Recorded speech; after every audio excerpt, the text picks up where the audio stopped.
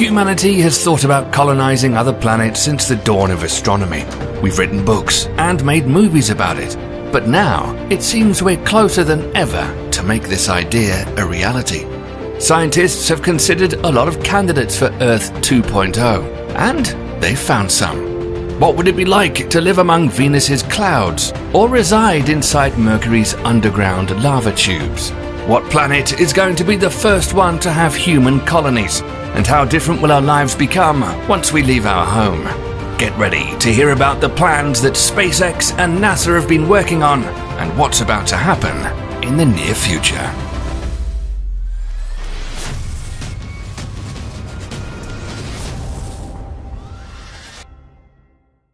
Elon Musk is convinced that we won't survive as a species without colonizing other planets. Exploration of extraterrestrial worlds will allow us to survive a possible apocalypse and also give us access to vast natural resources. And the starting point should be Mars. The head of SpaceX believes that human beings will first set foot on Mars by 2029, and within a few years after that, the first Martian colonies would start popping up around the planet. And while the preparation for the upcoming mission is in full swing, Mars remains a tricky place. Take dust, for example. Because of the intensity of winds there, dust would constantly accumulate on solar panels, and this would put them out of operation. Tiny rocks that dot the planet's surface could be even more damaging. In 2022, NASA showed images of the Curiosity rover's tires being torn to shreds by Martian soil. In fact, Mars is quite hostile. It's very cold, and the average temperature on the surface is about -60 degrees Celsius.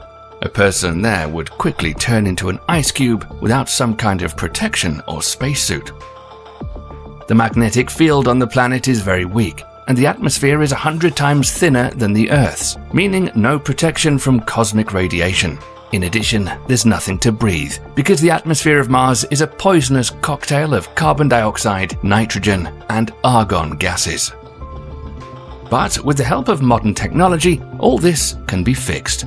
Even gravity, which is almost 3 times less than that on Earth, won't bring much trouble, although it will be necessary to spend several hours a day on special exercise machines to stay in good shape. Elon Musk is already preparing people to land on the Red Planet, but the flights will be very long. The average distance between Earth and Mars is 225 million kilometers. If you were driving a car at the speed of 112 kilometers per hour, it would take you 223 years to get there. At its closest point, the distance between the planets is about 62 million kilometers, and roughly 400 million kilometers at the farthest point. The best time for space flights to Mars from Earth comes once every 2 years, when the 2 planets' orbits are the closest. This is when the most advanced Starship spacecraft would launch from Earth. Each ship will be attached to a reusable carrier rocket with 42 Raptor engines. The total height of the rocket is 122 meters, the largest ever built, even surpassing NASA's Saturn V lunar rocket. The booster rocket will accelerate the spacecraft to a speed of 8,650 kilometers per hour, then detach and return to Earth.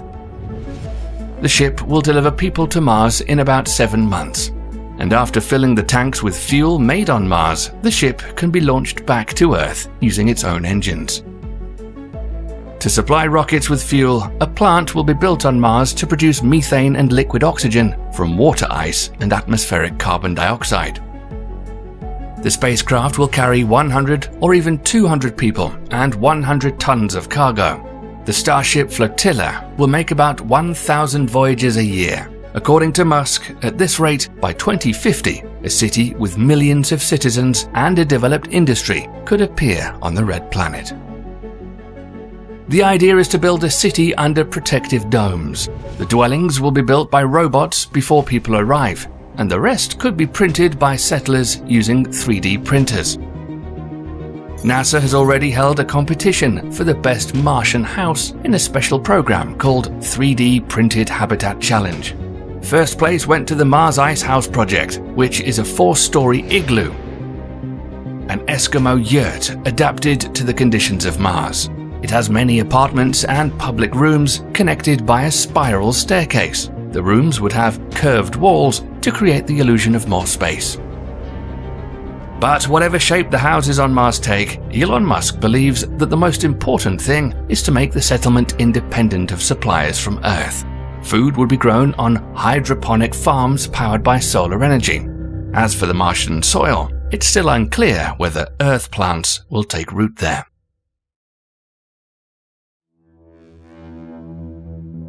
Recently, the lunar soil has been tested in the same regard.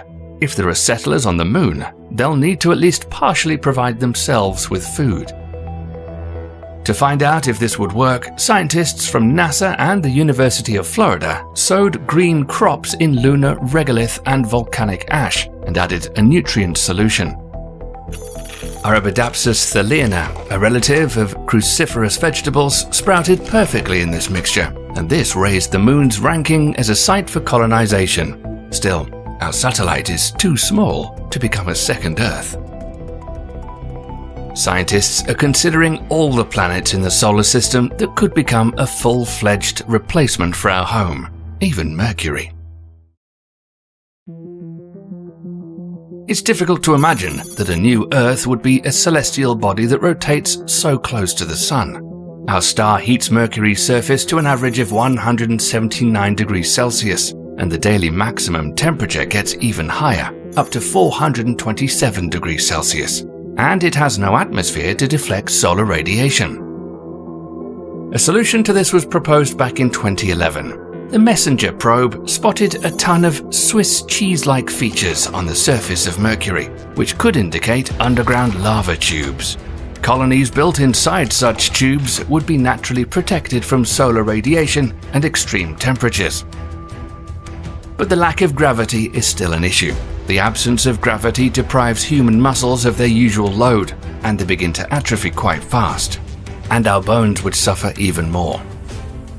In prolonged weightlessness, for example, bone mass first decreases, then due to lack of stress on bones, calcium starts to break down and releases into the bloodstream, increasing the chance of bone fracture. Because the blood pressure in the human brain is much lower than in our feet, if you take gravity away, it would stabilize equally all across the body.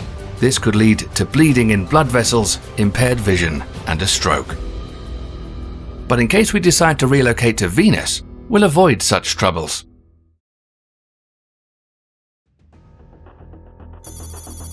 The planet's gravity is almost equal to Earth's. Venus has a dense atmosphere that could shelter colonists from radiation. In addition, there's a huge amount of carbon dioxide accumulated in the atmosphere of the planet, and oxygen can be extracted from it. But there's a problem. Behind Venus's thick veil lies a living hell. Large quantities of carbon dioxide in the atmosphere create an extreme greenhouse effect and raise the temperature to about 475 degrees Celsius. The atmospheric pressure on Venus is about the same as the pressure at a depth of 900 meters underwater on Earth. So even the most protected probes would only survive for a few hours there before being flattened by the gigantic atmospheric press. The planet's upper atmosphere is also flooded with poisonous acid rain, many times more corrosive than the most acidic rain on our planet. And the wind, at a speed of 360 kilometers per hour, blows away everything in its path.